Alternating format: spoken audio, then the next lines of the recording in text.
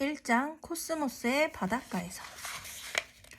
코스모스는 과거에도 있었고 현재에도 있으며 미래에도 있을 그 모든 것이다.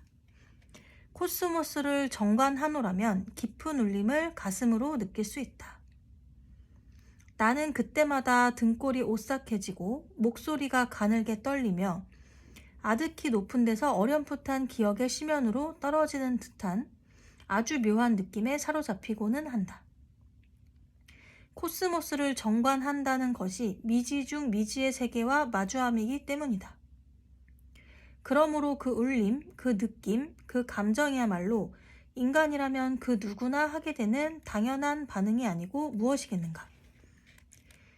인류는 영원 무한의 시공간에 파묻힌 하나의 점, 지구를 보금자리 삼아 살아가고 있다. 이러한 주제에 코스모스의 크기와 나이를 헤아리고자 한다는 것은 인류의 이해 수준을 훌쩍 뛰어넘는 무모한 도전일지도 모른다. 모든 인간사는 우주적 입장과 관점에서 바라볼 때 중요키는커녕 지극히 하찮고 자질구레하기까지 하다. 그러나 인류는 아직 젊고 주체할 수 없는 호기심으로 충만하며 용기 또한 대단해서 될성 싶은 떡잎임에 틀림이 없는 특별한 생물종이다. 인류가 최근 수천 년 동안 코스모스에서의 자신의 위상과 코스모스에 관하여 이룩한 발견의 폭과 인식의 깊이는 예상 밖의 놀라움을 인류 자신에게 가져다 주었다. 우주 탐험, 그것을 생각하는 것만으로도 우리의 가슴은 설렌다. 그것은 우리 모두에게 생기와 활력을 불어넣는다. 진화는 인류로 하여금 삼라만상에 대하여 의문을 품도록 유전자 속의 프로그램을 잘 짜놓았다. 그러므로 안다는 것은 사람에게 기쁨이자 생존의 도구이다. 인류라는 존재는 코스모스라는 찬란한 아침 하늘에 떠다니는 한 점 티끌에 불과하다. 그렇지만 인류의 미래는 우리가 오늘 코스모스를 얼마나 잘 이해하는가에 크게 좌우될 것이라고 나는 확신한다.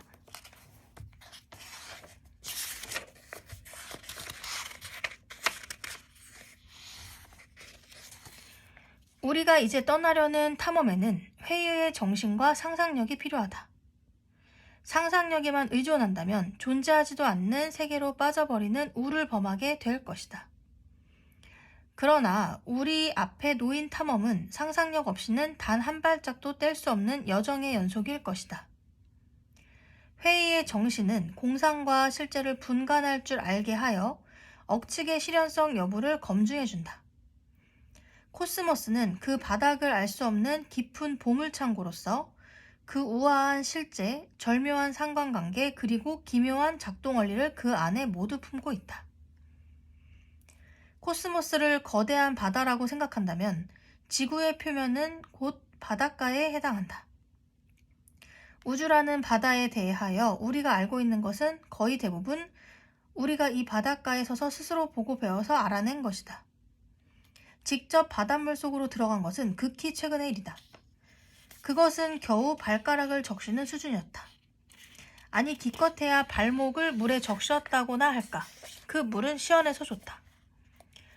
그리고 저 바다는 우리에게 들어오라고 손짓하는 듯하다.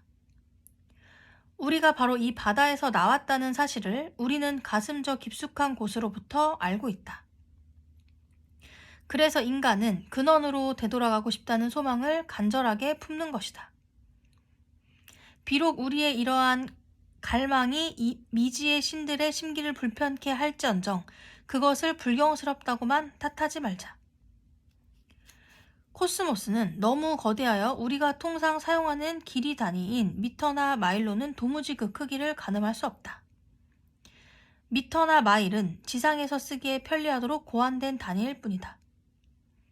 천문학에서는 그 대신 빛의 빠른 속도를 이용하여 거리를 잰다. 빛은 1초에 약 18만 6천 마일 또는 거의 30만 킬로미터, 즉 지구 7바퀴를 돈다. 빛은 태양에서 지구까지 8분이면 온다. 그러므로 태양은 지구에서 약 8광분만큼 떨어져 있다. 빛은 1년이면 10조 킬로미터, 약 6조 마일을 간다. 천문학자들은 빛이 1년 동안 지나간 거리를 하나의 단위로 삼아 1광년이라고 부른다. 광년은 시간을 재는 단위가 아니라 거리를, 그것도 엄청나게 먼 거리를 재는 단위이다. 지구는 우주에서 결코 유일무이한 장소라고 할 수 없다. 그렇다고 해서 우주 어디에서나 볼 수 있는 아주 전형적인 곳은 더더욱 아니다. 행성이나 별이나 은하를 전형적인 곳이라 할 수 없는 까닭은 코스모스의 대부분이 텅 빈 공간이기 때문이다. 코스모스에서 일반적인 곳이라 할 만한 곳은 저 광대하고 냉랭하고 어디로 가나 텅 비어 있으며 끝없는 밤으로 채워진 은하 사이의 공간이다. 그 공간은 참으로 괴이하고 외로운 곳이라서 그곳에 있는 행성과 별과 은하들이 가슴 시리도록 귀하고 아름다워 보인다. 코스모스의 어느 한 구석을 무작위로 찍는다고 했을 때 그곳이 운 좋게 행성 바로 위나 근처일 확률은 10의 마이너스 33승이다. 우리가 살면서 일어날 확률이 그렇게 낮은 일이 일어나는 것을 본다면 우리는 그 일에 매혹될 수밖에 없을 것이다. 이런 의미에서 사람이 살고 있는 이 세상은 참으로 고귀한 것이라고 단언할 수 있다. 은하와 은하 사이의 공간에서 본다면 바다 물결 위에 흰 거품처럼 헤아릴 수도 없이 많은 희미하고 가냘픈 덩굴손 모양의 빗줄기가 암흑을 배경으로 떠 있는 것이 보일 것이다. 이것들이 은하이다. 이들 중에는 홀로 떠다니는 고독한 녀석도 있지만 대부분 은하단이라는 집단을 이루며 한데 어우러져 거대한 코스모스의 암흑 속을 끝없이 떠다닌다. 이것이 우리가 아는 코스모스의 가장 거시적인 모습이며 여기가 바로 성운들의 세계이다. 지구에서 80억 광년 떨어진 곳, 우리가 우주의 중간쯤으로 알고 있는 머나먼 저곳이 성운들의 세상이란 말이다. 은하는 기체와 티끌과 별로 이루어져 있다. 수십억 개에 이르는 별들이 무더기로 모여 은하를 이룬다. 별 하나하나가 누군가에게는 태양일 수 있다. 그러므로 은하 안에는 별들이 있고 세계가 있고 아마도 각종 생명이 번성한 자연계가 있고 지능을 소유한 고등생물의 집단이 있으며 우주여행을 자유자재로 할 수 있는 고도의 문명사회들도 있을 것이다. 그러나 이처럼 은하를 멀리서 바라보면 은하가 아기자기한 것들을 모아놓은 하나의 예술작품으로 보인다. 그것은 조개껍데기나 산호 조각처럼 코스모스라는 바다에서 자연이 영겁의 세월을 걸쳐 조탁하여 만들어낸 예술품이다. 지금까지 우리가 보아온 모든 행성들은 태양 주위를 공전한다. 태양은 우리에게 가장 가까운 별이다. 태양의 중심에는 수소와 헬륨 기체가 핵융합 반응을 일으키는 용광로가 자리 잡고 있다. 이 용광로가 태양계를 두루 비추는 빛의 원천인 것이다. 드디어 기나긴 여행이 끝나고 우리는 작고 부서지기 쉬운 청백색의 세계로 돌아왔다.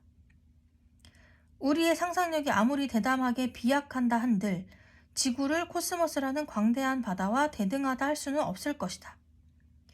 지구는 광망한 우주의 미아이며 무수히 많은 세계 중에 하나일 뿐이다. 지구가 우리에게만 의미심장할 곳일지 모르겠지만 어쩌랴 우리의 보금자리요 우리를 길러준 부모가 지구인 것을. 이곳에서 생명이 발생하여 진화했으며 인류도 이곳에서 태어나 유년기를 지내고 성년으로 자라는 중이다. 바로 여기에서 인류는 코스모스 탐험의 열정을 키웠으며 아무런 보장 없이 고통스러운 우리의 운명을 개척해 나가고 있다. 행성 지구에 오신 것을 환영합니다. 푸른 질소의 하늘이 있고 바다가 있고 서늘한 숲이 펼쳐져 있으며 부드러운 들판이 달리는 지구에 오신 것을 환영합니다. 지구는 생명이 약동하는 활력의 세계이다. 지구는 우주적 관점에서 볼 때에도 가슴 시리도록 아름답고 귀한 세상이다. 지구는 이 시점까지 우리가 알고 있는 한 유일한 생명의 보금자리이다. 우리는 공간과 시간을 헤쳐 우주를 두루 돌아다녔다. 그렇지만 코스모스의 물질이 생명을 얻어 숨을 쉬고 사물을 인식할 수 있게 된 곳은 이곳 외에는 아직 찾을 수가 없었다. 이곳은 확실히 물질이 인식의 주체가 될 수 있었던 곳이다. 이와 비슷한 세계가 우주 곳곳에 흩어져 있겠지만 그곳들은 우리가 앞으로 찾아야 할 희망의 대상이다. 위대한 탐험은 바로 여기 지구에서 시작될 것이다. 인류가 값비싼 대가를 치르면서 100만 년 이상의 긴 세월에 걸쳐 걷어들이고 축적해 놓은 지혜로 우주 탐사의 문을 열 수 있었던 곳이 바로 여기 지구란 말이다. 오늘날 우리는 위대한 지성들과 동시대를 살고 있다. 그들은 명석하며 호기심으로 가득 찬 용기 있는 인물들이다. 한 발 더 나가서 현대는 학구적 탐험의 정신을 높이 사는 시대이다. 우리가 이러한 시대 정신과 함께할 수 있다니 얼마나 큰 축복일까. 돌이켜 보건대 인류는 별에서 태어났다. 그리고 잠시 지구라 불리는 세계에 몸을 담고 살고 있다. 그러나 이제 자신의 원초적 고향으로 돌아가고 싶어 감히 그 기나긴 여정에 첫 발을 내딛고자 하는 것이다.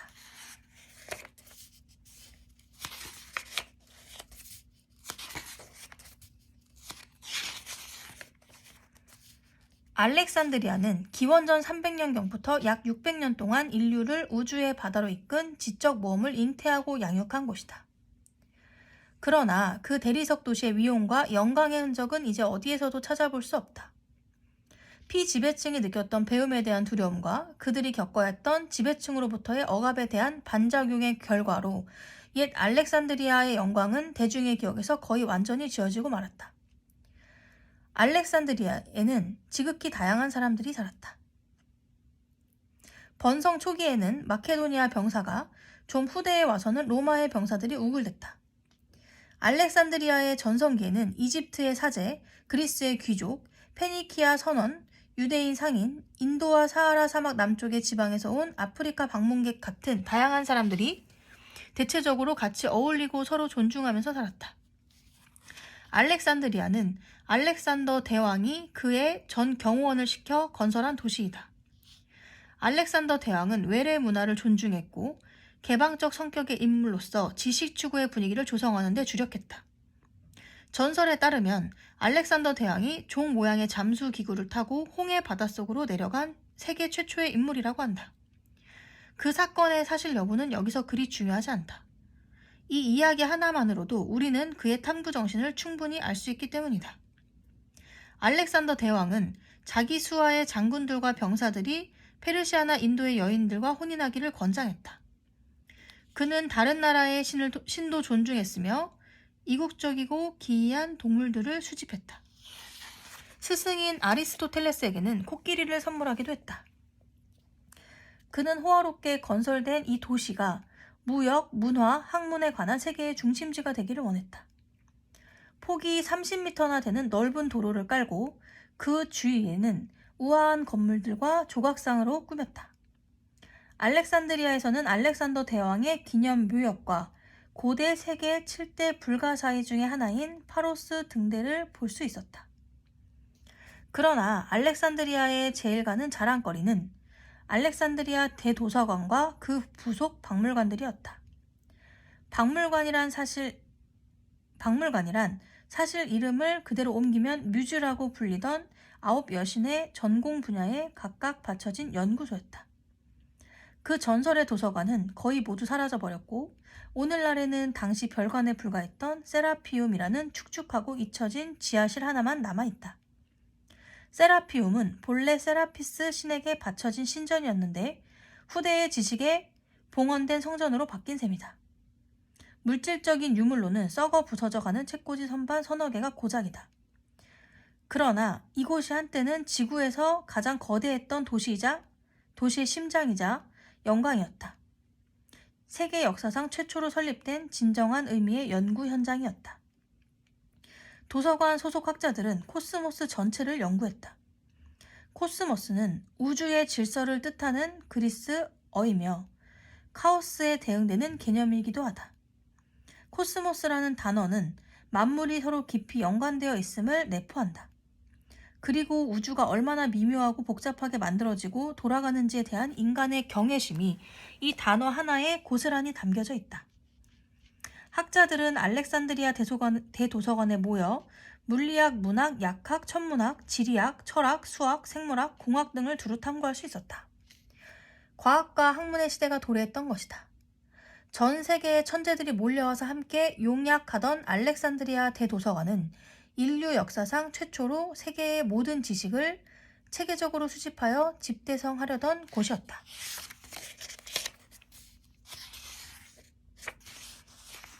알렉산더 대왕을 계승한 그리스 출신의 이집트 왕들은 학문을 아주 진지하게 대했다. 그들은 수백 년 동안 대를 거듭하면서 연구활동을 지어냈고 그 시대의 인재들이 자신들의 역량을 충분히 발휘할 수 있도록 도서관의 학구적 분위기를 유지하는 데 노력했다. 도서관은 10개의 대형 연구실로 나뉘어 각각이 특정 분야의 연구를 수행하였다. 곳곳에 분수대가 있었고 멋지게 늘어선 원기둥들, 식물원, 동물원, 해부실, 천문 관측대가 있었다. 커다란 식당에서 학자들이 여유로이 토의하며 중요한 의견을 자유롭게 교환할 수 있었다. 무엇보다도 도서관의 생명은 모아놓은 책들에 있다. 도서관 관계자들은 세상의 모든 문화와 모든 언어를 샅샅이 뒤졌다. 사람들을 해외로 보내서 책을 사들였고 장서를 확충해 갔다. 알렉산드리아의 정박한 상서는 관리의 검문을 받았는데 검문의 목적은 밀수품 적발이 아니라 책 찾기에 있었다. 책 두루마리가 발견되면 즉시 빌려다가 베낀 뒤 사본은 도서관에 보관하고 원본은 주인에게 돌려주었다. 정확한 수치를 어림하긴 어렵지만 알렉산드리아 도서관에는 일일이 손으로 쓴 파피루스 두루마리 책이 50만여 권 있었을 것으로 추정된다. 그 많던 책들은 다 어떻게 됐는가? 알렉산드리아와 그 대도서관을 낳은 고전 문명이 붕괴되면서 도서관도 서서히 파괴되어 갔다. 장서의 극히 일부만이 후세로 전해졌고 그나마 남은 것도 사방으로 흩어져서 고작 글 몇 줄, 종이 몇 조각이 현재까지 남아있는 것들의 전부이다. 그러므로 그렇게 남은 몇 줄의 문장이나 종이 조각을 읽은 사람들은 누구나 애를 태우며 안타까워할 수밖에 없다.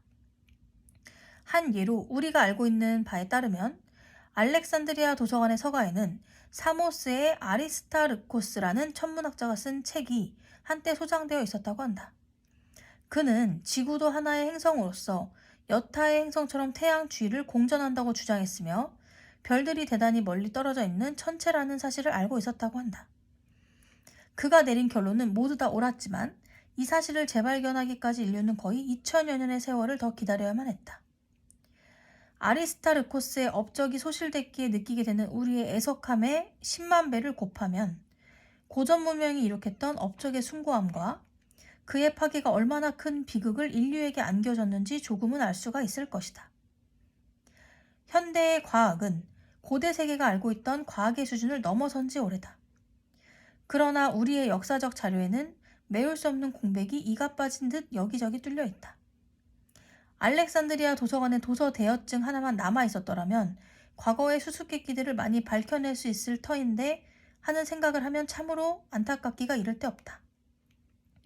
알렉산드리아 도서관에는 바빌론의 사제인 베로소스가 쓴 3권짜리의 세계사가 있었다고 전해지는데 실제 작품은 오늘날 세계 어디에서도 찾아볼 수가 없다.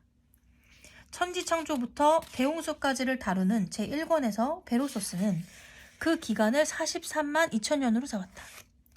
이것은 구약성서의 연대기보다 100여 배나 긴 기간이다. 나는 그 책에 무엇이 적혀 있었는지 궁금해서 지금도 견딜 수가 없다.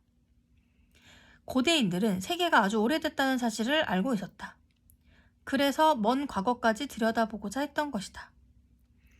이제 우리는 우주가 옛 사람들이 상상할 수 있었던 것보다 훨씬 더 오래됐음을 알고 있다. 인류는 지구 바깥으로 나가서 우주를 관찰할 수 있게 되었다.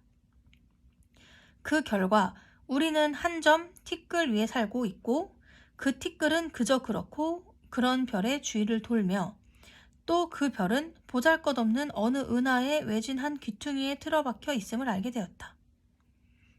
우리의 존재가 무한한 공간 속의 한 점이라면 흐르는 시간 속에서도 찰나의 순간밖에 차지하지 못한다. 이제 우리는 우주의 나이가 약 150억에서 200억 년 되었다는 사실을 안다. 이것은 대폭발 또는 빅뱅이라고 불리는 시점에서부터 계산한 우주의 나이이다. 우주가 처음 생겼을 때에는 은하도 별도 행성도 없었다.